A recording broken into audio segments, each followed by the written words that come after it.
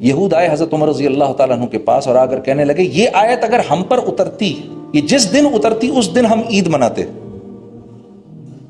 ہاں کتنی بڑی بشارت ہے، ذرا سنو غور سے۔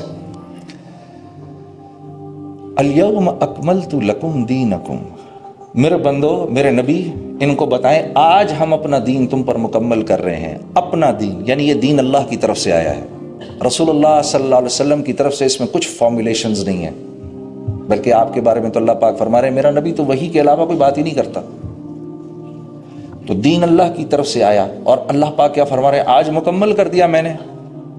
وَأَتْمَمْتُ عَلَيْكُمْ نِعْمَتِي، یہ ہے وہ زبردست بات جس کا میں آپ کے سامنے ذکر کرنا چاہتا ہوں، اور ان کو بتا دیں، یہ خوشخبری بھی دے دیں کہ میں نے اپنی جتنی بھی نعمتیں، نعمت کس کو کہتے ہیں؟ ہر وہ چیز جس کی میں اور آپ دل میں تمنا رکھتے ہیں۔ نعمت کس چیز کو کہتے ہیں؟ ہر وہ چیز جس کی میں اور آپ دل میں تمنا رکھتے ہیں اس کو نعمت کہتے ہیں۔ تو اللہ پاک فرما رہے ہیں وَأَتْمَمْتُ عَلَيْكُمْ نِعْمَتِي، ان کو بولے میں نے ساری کی ساری نعمتیں آج ان پر تمام کر دیں۔ ہو لیکن وَرَضِيتُ لَكُمُ الْإِسْلَامَ دِينًا، ان سے یہ کہیے کہ میرے پاس آپ کی زندگی کے سوا اور کوئی زندگی لے کر نہ آئے، بس میری رضا تو اس زندگی میں ہے جو زندگی آپ کی زندگی ہے، بس مجھے تو اسلام چاہیے، ان سے کوئی اور مینڈیٹ نہیں چاہیے مجھے، ان سے کوئی اور ایجنڈا نہیں چاہیے مجھے، ان سے آج دین مکمل ہو گیا میرے نبی۔ اور میں جتنی نعمتیں ہیں، اب نعمتیں کیا ہیں بھئی؟ ہم میں سے ہر ایک چاہتا ہے ہماری عزت ہو، ہم میں سے ہر ایک چاہتا ہے لوگ ہم سے محبت کریں، ہم میں سے ہر ایک چاہتا ہے ہماری اولاد ہماری فرما بردار ہو، ہم میں سے ہر ایک چاہتا ہے ہماری شوہر چاہتا ہے میری بیوی مجھ سے وفا کرنے والی ہو۔ وفا کا کیا مطلب؟ نیک ہو، نمازی ہو، روزے دار ہو، قرآن پڑھنے والی ہو، بچوں کی صحیح تربیت کرنے والی ہو، شوہر کے مال کو صحیح خرچ کرنے والی ہو، اپنی عصمت کی حفاظت کرنے والی ہو۔ یہ ہر مرد کی اندر کی خواہش ہے میرے دوستو، چاہے وہ مسلمان ہے یا غیر مسلم ہے۔ ہر عورت کی یہ خواہش ہے شوہر مجھ سے محبت کرنے والا ہو، مجھ سے پیار کرنے والا ہو، صرف مجھ سے پیار کرنے والا ہو۔ بہت بڑی نعمت ہے یہ ہر عورت کی خواہش ہے۔ بچے فرما بردار ہوں، معاشرے میں لوگ عزت کرتے ہوں، میرا تھوڑا مجھ کو پورا پڑتا ہو، میرے رزق میں برکت ہو، میری عمر میں برکت ہو، میں صحت مند ہوں، میری دعائیں قبول ہوں۔ یہ تمام نعمتیں ہیں۔ میں جس علاقے میں رہتا ہوں وہاں لوگ امن، چین، اطمینان اور سکون کے ساتھ زندگی گزاریں۔ ہمارا حاکم ہمارے بڑوں کی عزت کرنے والا ہو، ہمارے بچوں کی عزت کرنے والا ہو، ہمارے بچوں پر شفقت کرنے والا ہو، مسلمانوں کے جان مال جو ہیں وہ دوسرے مسلمانوں کے ہاتھوں سے محفوظ رہیں، اور جو رعایا ہے وہ اپنے حاکم کی بات کو منوعاً ماننے والی ہو۔ یہ وہ تمام نعمتیں ہیں جن کی ہم خواہش رکھتے ہیں۔ اللہ پاک فرما رہے ہیں میرے نبی ان سے کہیے اتنا ایمان ضرور بنا لیں کہ میرے حکموں پر چلیں، میں ان سے وعدہ کر رہا ہوں یہ تمام نعمتیں ان کو دے دوں گا۔ تو سوچو کہ کیا آپ صلی اللہ علیہ وسلم کی ذات گرامی تھی کہ جس کی نظر ایک مرتبہ ایمان کی حالت میں اللہ کے نبی کے چہرے پر پڑ جائے، جس کی نظر ایمان کی حالت میں ایک مرتبہ رسول اللہ صلی اللہ علیہ وسلم کے چہرے پر پڑ جائے میرے دوستو، اس شخص کا درجہ اب ایسا ہے، اس شخص کا درجہ اب ایسا ہے کہ قیامت تک آنے والے جتنے اللہ والے، جتنے غوث، قطب، ولی جتنے بھی ہیں وہ سب مل کے بھی اس صحابی کے درجے کو نہیں پہنچ سکتے۔ یہ میں آپ کے سامنے ان کی بات کر رہا ہوں، آپ سمجھے میں نے کیا کہا؟ کسی کی بات کو ایسے مان لینا، اس کی ذات کو سامنے رکھتے ہوئے اس کی بات کو ایسے مان لینا۔ تو میں کس کی بات ماننے کو آپ کو کہہ رہا ہوں؟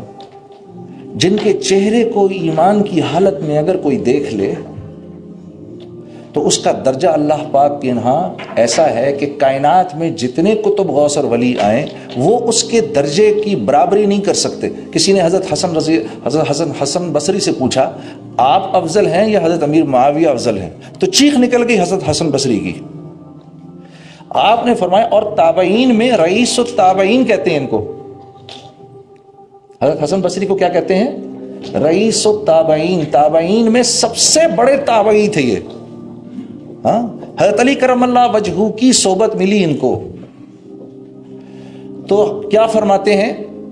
فرماتے ہیں اگر سارا کا سارا جہان حسن بصری سے بھر جائے تو حضرت امیر معاویہ کا وہ گھوڑا جس پر آپ جہاد کے لیے نکلتے ہیں اس کی نتنوں میں جو گرد لگی ہے، سارا کا سارا بھرا ہوا جہان حسن بصری سے بھی اس گرد کا بھی مقابلہ نہیں کر سکتا.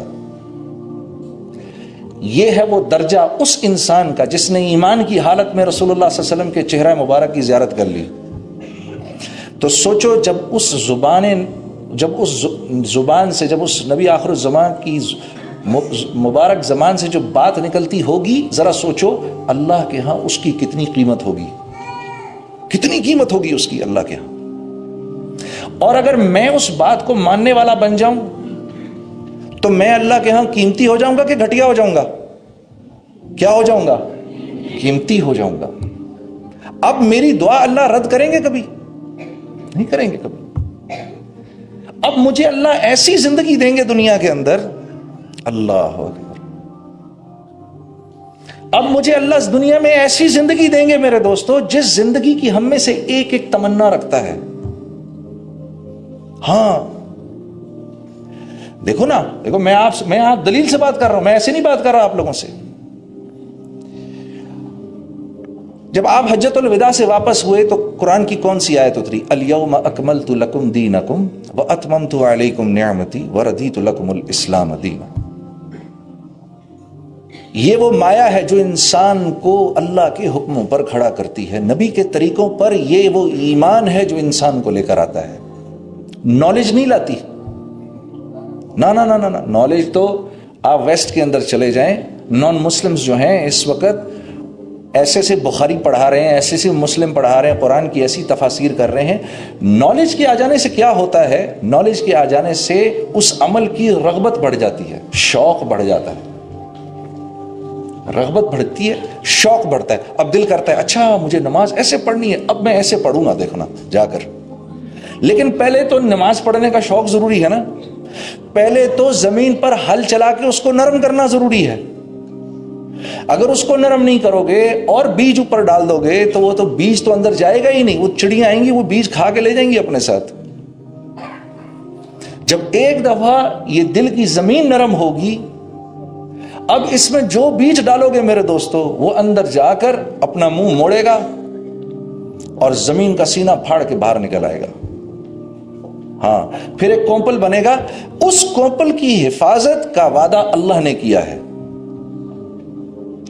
اس کومپل کی حفاظت کا وعدہ اللہ سے ہے. جو ایمان بنانے کی محنت کرے گا، اب وہ جو اعمال کرے گا اور ان اعمال سے وہ اللہ سے جو کچھ لینا چاہتا ہے وہ دینے کا وعدہ اس سے اللہ نے کیا ہے، وہ ملے گا.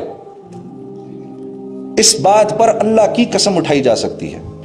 اگر ہم نے 10% بھی کر لیا جو صحابہ کرتے تھے، 10%، اگر ہم نے 10% محنت بھی کر لی جو صحابہ نے کی، تو ہمیں جو اس کا اجر ملے گا وہ صحابہ سے 50 گنا زیادہ ملے گا.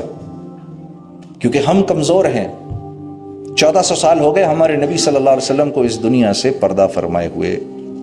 ایمان کس کو کہتے ہیں؟ کسی کی ذات پر ایسے اعتبار کر لینا کہ پھر اس کی بات کو سچا مان کے پھر اس کے پیچھے چلنا، یہ ایمان ہے. ہاں یہ بہتر ہے. ٹھیک.